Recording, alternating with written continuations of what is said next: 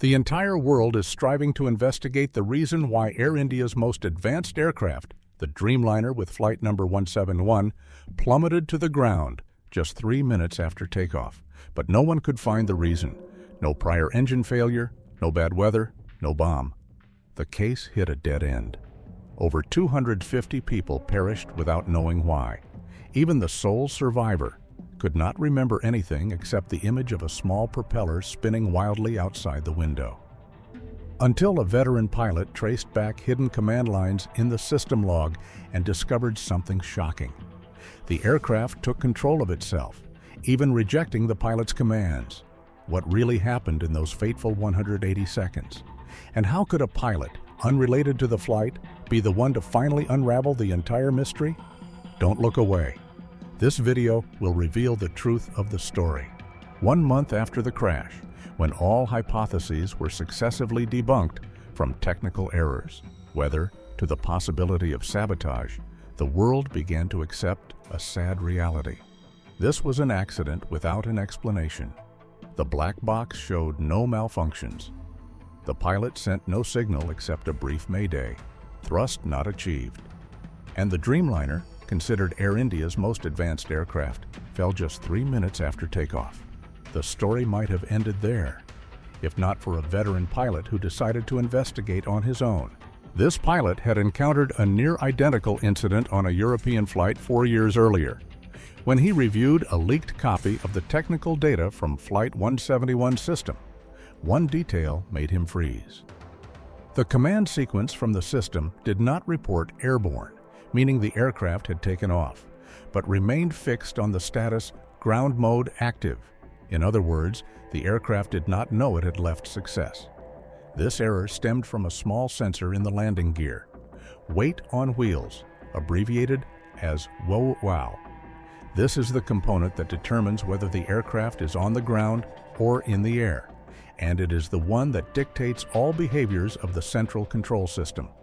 If WOW reports incorrectly, the system will misinterpret the entire reality. And in this case, that's exactly what happened. On modern aircraft, pilots no longer directly control the engines. All commands are sent to FADEC, the electronic operating system that fully controls the process of increasing or decreasing thrust. FADEC only allows thrust increase when all sensors confirm that the aircraft is flying, but AI-171 did not. Throughout the entire technical log, FADEC rejected all commands from the cockpit. The reason was clearly recorded. Thrust command invalid, environment mismatch, manual override denied.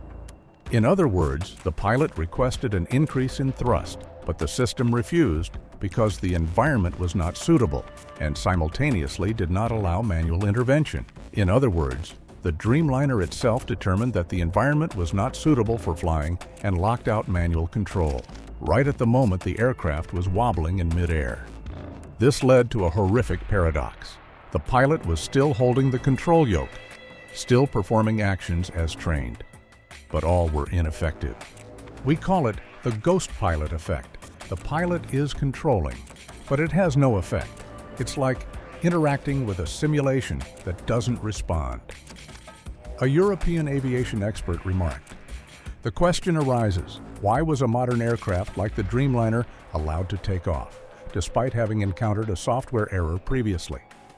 A leaked internal report from Air India revealed Flight AI-171 had experienced a minor issue with the engine control system, FADEC, just 3 weeks before the accident occurred. The manufacturer had sent a recommendation to update the software, but the aircraft continued to fly without being updated. The problem lies in this.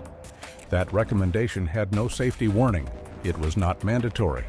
It was not marked as urgent. It was just a faint line in a technical document hundreds of pages long that perhaps no one truly paid attention to until it was too late. After the accident, many expected Boeing to speak out, but the company only provided a familiar response. "We are cooperating with the investigating authorities." No confirmation, no denial, no acceptance of responsibility. Meanwhile, independent engineers believe Boeing could not have been unaware. They had seen similar errors in internal simulations, They had been warned about cases where the system locked all controls if it misinterpreted the situation. And most importantly, they had been warned that FADEC could reject even the pilot if it deemed the conditions unsuitable. A veteran pilot said bluntly, "If this is true, then this is no longer an accident. It is the consequence of a series of careless, systemic decisions." But if the aircraft thought it hadn't taken off, then why could it still leave the runway, climb into the sky, and then fall? What really happened in those fateful 180 seconds? Right after leaving the ground, AI-171 reached an altitude of about 625 feet, equivalent to a 60-story building. And then, thrust in both engines vanished almost simultaneously. No technical warnings, no alerts from the cockpit. Everyone began to accept that this was an unexplainable accident. But for a veteran pilot who had sat behind cockpit controls for thousands of hours, no detail was coincidental. And one detail, according to him, had been overlooked by all. RAT. And it deployed on its own. RAT, or ram air turbine, is an emergency propeller, only activated when the aircraft loses all electrical power or experiences a severe hydraulic pressure drop. It is never seen unless everything has gone out of control.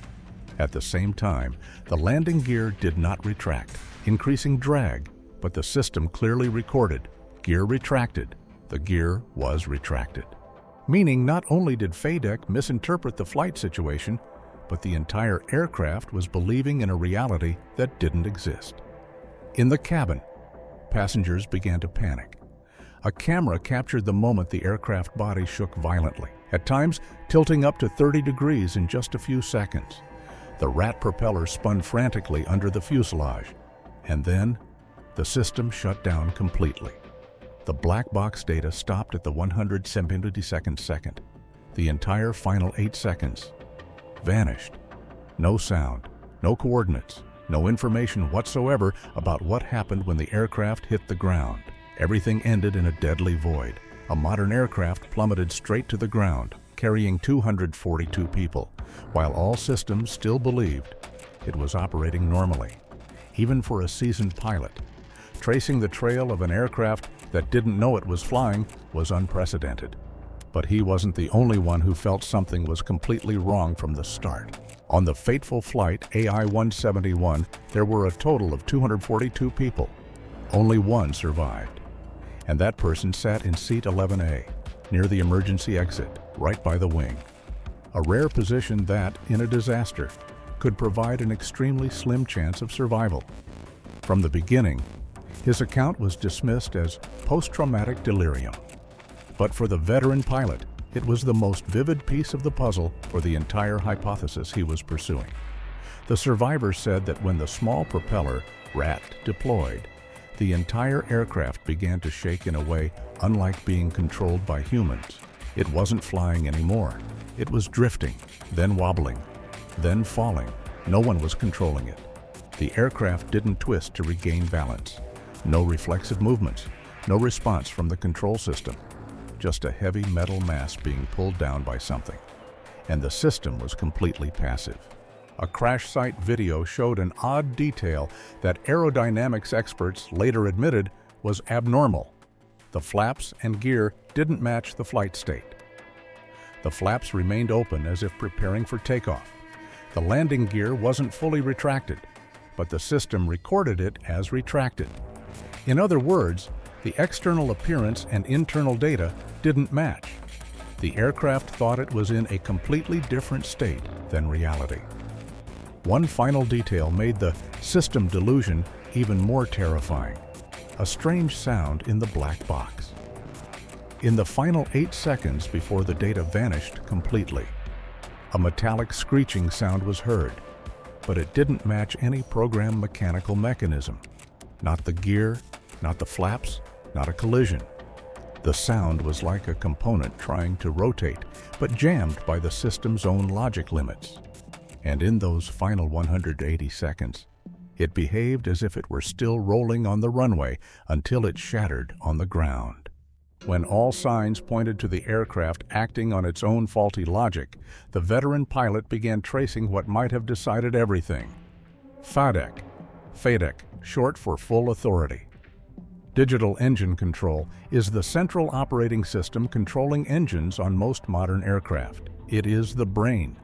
Pilots no longer directly control the throttle like older aircraft. All commands must go through FADEC, and FADEC only provides thrust when all sensors confirm that the aircraft has taken off. The problem lay there. In the case of AAI-171, FADEC did not receive the airborne confirmation signal. The BUAW sensor, weight on wheels, was still reporting that the aircraft was on the ground, not because it was broken, but possibly due to a signal misalignment, a jam, or simply a data transmission error. FADEC recorded that and acted exactly as it was programmed. No thrust provided. No thrust increase. The crew noticed the anomaly. They tried to override manual intervention to increase thrust, but the system's response was a cold line. Manual override denied.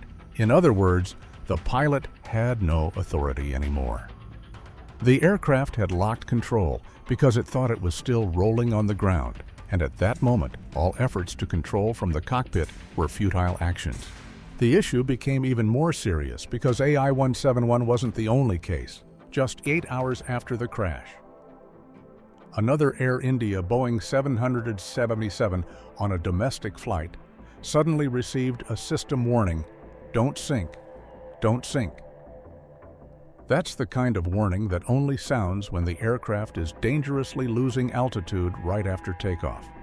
But in this case, the aircraft was flying steadily at over 2,000 feet. No wind shear, no equipment failure, just the system, not knowing the aircraft was flying. Another incident occurred in 2019, this time on another airline's Dreamliner. Right after takeoff, the system suddenly activated RAT, even though everything was operating normally. FADEC misidentified the flight situation, issued an emergency warning, and began reducing thrust. Fortunately, the crew detected it in time and successfully overrode the system, but according to technical records, the WOW sensor was also suspected as the cause in this case. From there, a hypothesis began to be called by a chilling name: ghost mode. This is the state when the control system falls into a faulty logic loop. It behaves as if it's on the ground, despite actually flying. And since all actions of modern aircraft rely on confirmed status lines, it locks all flight functions, rejects all human commands, and tries to operate safely in the air as if on the ground. An engineer who worked on FADEC software testing revealed that this situation had been simulated in internal tests. Warnings had been issued, but the final conclusion was the probability of occurrence is too low to worry about. Until AI-171 fell. After many days of independent investigation, the veteran pilot finally accessed a leaked copy of the black box data, the part that the airline and manufacturer had never disclosed. The system recognized something didn't match between the actual state and sensor data. It knew there was a conflict, but it wasn't designed to handle that logic error. No plan B, no priority for humans in emergency situations. It simply refused and continued to maintain the wrong state until there was nothing left to process. AI-171 did not fall because of a malfunction. It did not fall because of a pilot's mistake. It fell because of a system too smart to be wrong, but too rigid to adjust when wrong. An algorithm written to protect, but became a deadly scythe, only because it didn't understand that some situations are not in the simulation. Design philosophy, safety or control, in the world of numbers, sensors, and algorithms, there is one thing that cannot be quantified, yet it defines the entire design philosophy: how much error human beings are allowed to make. FADEC is not a broken system. It didn't rebel. It functioned precisely as it was programmed to. Deny thrust if it doesn't receive confirmation that the aircraft is airborne. And if a sensor reports incorrectly, every human command is classified as invalid. This isn't a technical flaw. It's a choice that machines will not trust humans if the system logic says otherwise. In today's modern aircraft, the concept of override, manual intervention in emergencies, is steadily disappearing.